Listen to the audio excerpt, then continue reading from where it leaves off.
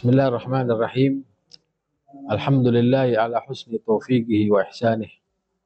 Wassalatu wassalamu ala sayyidina maulana Muhammadin khairu anbiya'ihi wa rusulih wa ala alihi wa ashabih wa man sara fi darbih wa tabi'ina wa tabi'ihim bi ihsanin ila yaumi liqa'ih. Amma ba'du. Alhamdulillah, segala puji syukur kehadirat Allah Subhanahu wa taala yang telah memberikan kita taufik, hidayah, rahmat dan inayahnya kepada kita. Dan Allah Subhanahu wa taala memberikan kepada kita kesempatan untuk berada di bulan suci, bulan yang sangat dimuliakan oleh Allah Subhanahu wa taala, bulan Ramadan, untuk menjalankan ibadah dan hak-hak yang ada di dalamnya.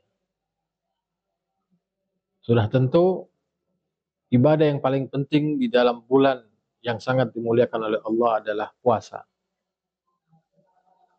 Dan puasa adalah suatu ibadah yang memerlukan dari kita dan perhatian yang sangat luar biasa. Bagaimana Allah Subhanahu wa taala bisa menerima puasa kita. Sedangkan dalam semua ibadah itu, dalam semua hal itu ada syarat dan ketentuannya. Salah satu daripada, bahkan yang terpenting dari syarat diterimanya puasa adalah selain meninggalkan hal-hal yang membatalkan puasa, ada hal yang sangat penting untuk diterimanya puasa kita. Bukan hanya sekedar menggugurkan kewajiban, tetapi puasa yang sebenarnya seperti yang disabdakan oleh Nabi Muhammad SAW, bahwa as-shaim laisa lahu al-jaza illa al-jannah. Puasa itu tidak ada balasan dan pahala yang pantas baginya kecuali surga. Nah, untuk mendapatkan pahala yang dijanjikan oleh Allah dan Rasulnya itu, kita harus memperhatikan syarat daripada puasa tersebut. Di antaranya adalah menjaga anggota tubuh kita dari hal-hal yang diharamkan oleh Allah Subhanahu wa taala. Salah satu di antaranya adalah yang paling penting, menjaga pandangan kita. Pandangan yang diharamkan, yang tidak dihalalkan oleh Allah Subhanahu wa taala. Sebagaimana Nabi Muhammad SAW bersabda, ada 5 hal, 5 perkara yang membatalkan puasa. Khamsun yufattirna shaim. Di antaranya adalah memandang pandangan yang haram, ghibah, namimah, dan lain sebagainya. Memandang yang haram adalah hal yang diharamkan oleh Allah Subhanahu wa taala, baik dalam keadaan puasa atau tidak. Terlebih dalam hal berpuasa ini menjadi syarat diterimanya atau menjadi syarat agar puasa kita itu mendapatkan pahala dari Allah Subhanahu wa taala. Sebagaimana Nabi Muhammad SAW bersabda, "An-nadhratu sahmun min sihami iblisil marjum. Man tarakaha khaufan min Allah Subhanahu wa taala, abdalahu Allahu imanan yajidu halawatahu fi qalbih." Sebagaimana hadis ini diriwayatkan oleh Al-Imam Al-Hakim dalam kitab Al-Mustadrak, bahwa pandangan yang haram adalah merupakan panah daripada iblis yang terkutuk. Bagaimana panah itu? Bagaimana Nabi SAW mengumpamakan pandangan haram sebagai panah yang menghunus pada diri kita. Jika itu berkelanjutan, maka akan menyebabkan orang tersebut terluka, bahkan bisa menyebabkan kematian. Maka sama halnya dengan pandangan yang haram. Ketika hal itu dilakukan secara terus-menerus, maka akan membunuh hati manusia. Dalam arti, ketika manusia itu melakukan satu dosa maka tertulis dalam hatinya, ternoda dalam hatinya satu titik hitam.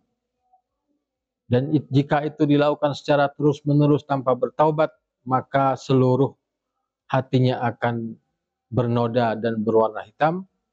Dan jika itu sudah makin tebal, makin banyak, maka bisa membahayakan keselamatan hati tersebut.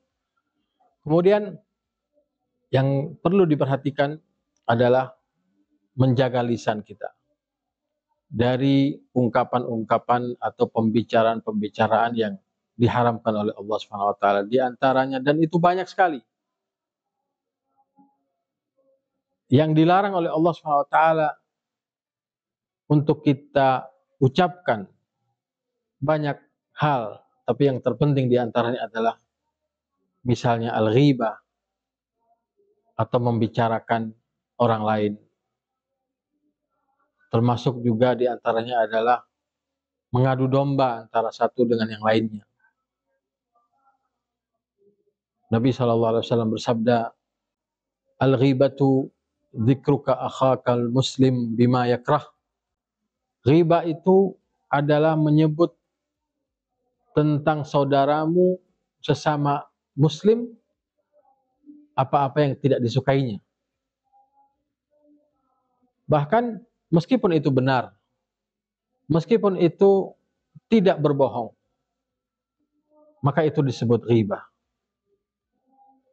Adapun namimah, mengadu domba, merupakan dosa yang sangat tercela dan membahayakan daripada ibadah puasa kita. Dalam sabda Nabi Muhammad SAW berbunyi, la yadkhulul jannata qattat. Tidak akan masuk surga orang yang mengadu domba. Oleh karena itu, hendaklah kita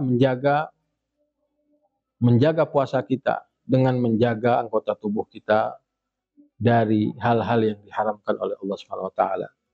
Karena sebenarnya tujuan daripada puasa adalah mengendalikan badan kita, mengendalikan diri kita dari hal-hal yang tidak diridhoi, dari hal-hal yang dibenci oleh Allah Subhanahu wa taala. Tidaklah puasa itu kecuali hanya sekedar sarana dan kendaraan untuk mendapatkan tujuan yang mulia, yaitu perilaku yang baik, budi pekerti yang luhur, yang didapatkan dari tangan kita, dari mulut kita, dari pandangan kita, dari kaki dan seluruh anggota tubuh kita. Nabi SAW bersabda,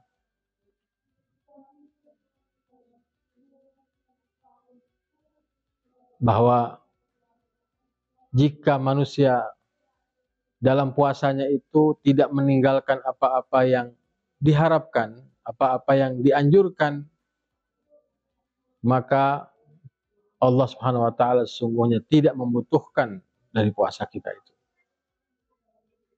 Bahwa itu menunjukkan bahwasannya yang diharapkan dari puasa itu adalah menahan diri kita. Sebagaimana arti dari puasa itu adalah imsak, menahan diri, mengerem apa yang selama ini selalu dilakukan tanpa batas. Bagaimana kita berdiri di batas kita, bagaimana kita mengendalikan semua yang ada dalam diri kita agar menjadi manusia yang berjiwa terdidik. Juga yang sangat penting kita tambahkan bahwa ghibah itu bukan hanya sekedar lisan. Para ulama mengatakan bahwa ghibah itu bisa dilakukan dengan gerakan dari tubuh-tubuh kita, dengan gerakan kedipan mata kita.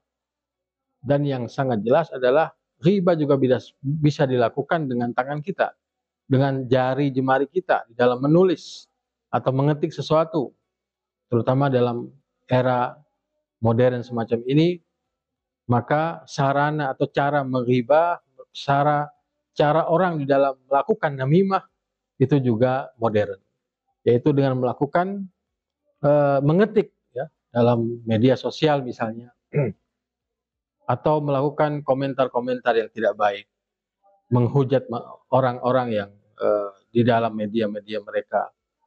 Bahkan kalau menurut pandangan kita bahwa ghibah jika dilakukan secara lisan, maka yang mendengar ghibah itu hanya orang yang mendengar ucapannya saja.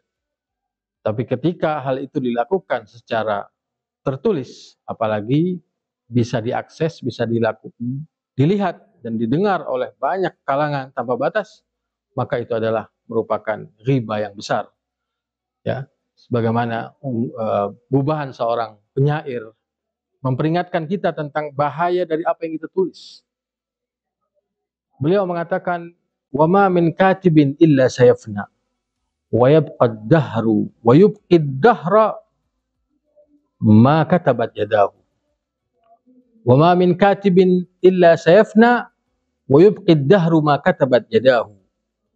Fala taktub bikaffika ghaira syai'in yasurruka fil qiyamati an tarahu." Beliau mengatakan, tidaklah seorang penulis atau pengetik kecuali dia akan wafat, dia akan binasa di alam dunia ini. Tapi yang ditulis oleh tangannya akan tetap kekal selama-lamanya.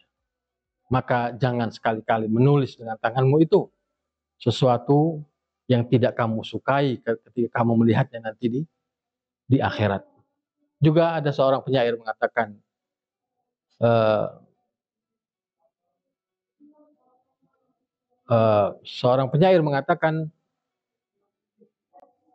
al-khattu yabqa hinan ba'da katibihi wa katibul khatti tahta turabi dafinu. Bahwa tulisan itu akan tetap kekal meskipun setelah penulisnya